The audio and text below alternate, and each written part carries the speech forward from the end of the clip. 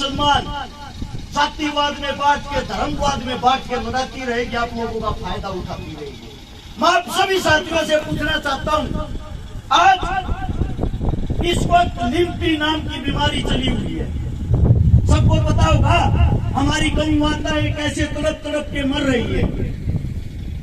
भाजपा सरकार, कोई पार्टी वाला बैठा हो भाई, बुरा मत मानना, बात को समझना और सुनना। भाजपा सरकार जब 2014 में चुनाव लड़ने आई, उन्हें कहा था गौ माता की रक्षा हम करेंगे। उनने करी भी गौ माता की रक्षा। कैसे करी? भारत 20वें नंबर पर था गाय का मीट बेचने में, जिसको बीफ कहते हैं। आज भारत 30वें नंबर पर है। या रक्षा करी, जितनी गाय पहले कटती थी उससे 3 गुना बढ़ गई। आज लिम्पी नाम की जब बीमारी आती है, हमारे देश का प्रधानमंत्री, हमारे देश का राजा बाहर से चीते लाता है। मैं पूछना चाहता हूँ, कहा अपने बाप की शादी में लेके जाएगा उनको? क्या कमाएंगे वे? उनके पास इस बात का कोई जवाब है? क्या कमाएंगे उनके लिए वे? हर जगह बस उनको एक ही काम है, इस लोगों को आपस में लड़ा दो, भिड़ा दो, हिंदू मुस्लिम करा दो, उसको उसका दुश्मन बना दो और तुम राज करते रहो। जो काम अंग्रेज करते थे आप लोगों को लड़ा के, वही काम आज हो रहा है, वही काम आज हो रहा है। हम आज कौन सा आजाद हैं? आप सबसे पूछना चाहता हूँ, आप अपने आप को आजाद मानते हो? देश को आजादी 47 में मिली थी, 1947 में। उसके पूरे 4 साल बाद 1951 में शहीद चंद्रशेखर की माताजी की मृत्यु हुई थी, देहांत होया था। चंद्रशेखर की मां, नाम देखो कितना बड़ा, देश का क्रांतिकारी योद्धा, उसकी माताजी की मूर्ति तक नहीं लगने दी थी आप लोगों की सरकार ने, आप लोगों के प्रधानमंत्री ने। पता है क्यों? इसलिए अगर इसकी मूर्ति लग गई, लगने के बाद इनकी क्रांतिकारी विचारधारा फिर ऊपर आ जाएगी। आप लोगों को नहीं पता हो, भगत सिंह, चंद्रशेखर जब हमारे बीच नहीं रहे, उनके 50,000 साथी अंग्रेजों ने ढूंढ ढूंढ के बुरी तरह तड़पा के मारे। वही हालात आज हो रखे हैं। जब आप लोगों के पास में आपका कोई साथी तड़पता है, आपकी गौ माता आज बुरे तौर से जूझ रही है, कहां चले गए भाई आज वे गौ रक्षक? वे गौ रक्षक जो पार्टियों में, उनकी बातें कर रहा हूं मैं, इनकी नहीं। ये जो सदैव अपना कार्य करते आए हैं, जो आज भी संभाल रहे हैं, मैं हर एक पार्टी की बातें कर रहा हूँ। कहाँ है वे पार्टियां? कहाँ है उन पार्टियों के MP MLA?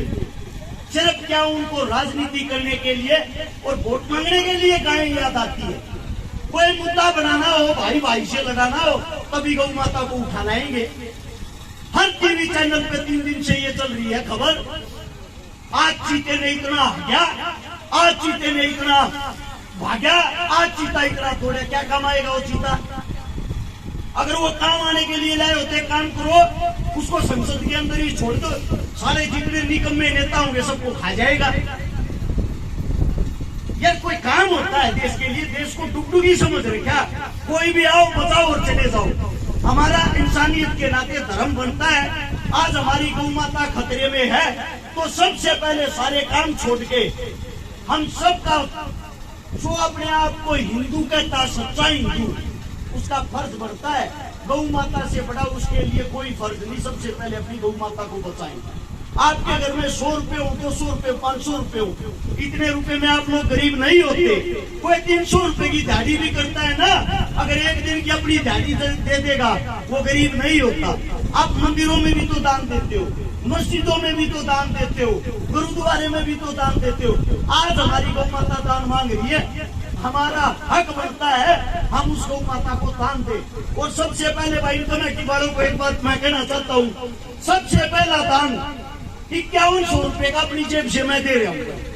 कोई भी आके स्वीकार कर ले, मेरे मुख से कोई गलत बात निकली हो उसके लिए मैं माफी चाहता हूँ। और पास की गौशाला से शायद कमेटी आई है, पाड़ी गांव से कमेटी आई है भाई। 5100 रुपये इस गांव को, 5100 रुपये उस गांव वालों को दे रहा हूँ। आपका बच्चा हूँ, आपके बीच कहूँ मैं, कोई नेता मंत्री तो हूँ नहीं। जैसा मेरा जुबान है वैसे आपके चरणों में ये अरदास है, इसको आप प्राप्त करें। और मेरे मुंह से कोई गलत शब्द, कोई गलत बात निकल गई हो, अपना बच्चा, अपना भाई, अपना बेटा समझ के माफ कर दे। अगर मेरी बात आप लोगों को अच्छी लगी हो तो एक बारी नारा लगाएंगे इंकलाब का और गौ माता का। तैयार हो? बोलो इंकलाब, इंकलाब, गौ माता की, गौ माता की। धन्यवाद आप सबका।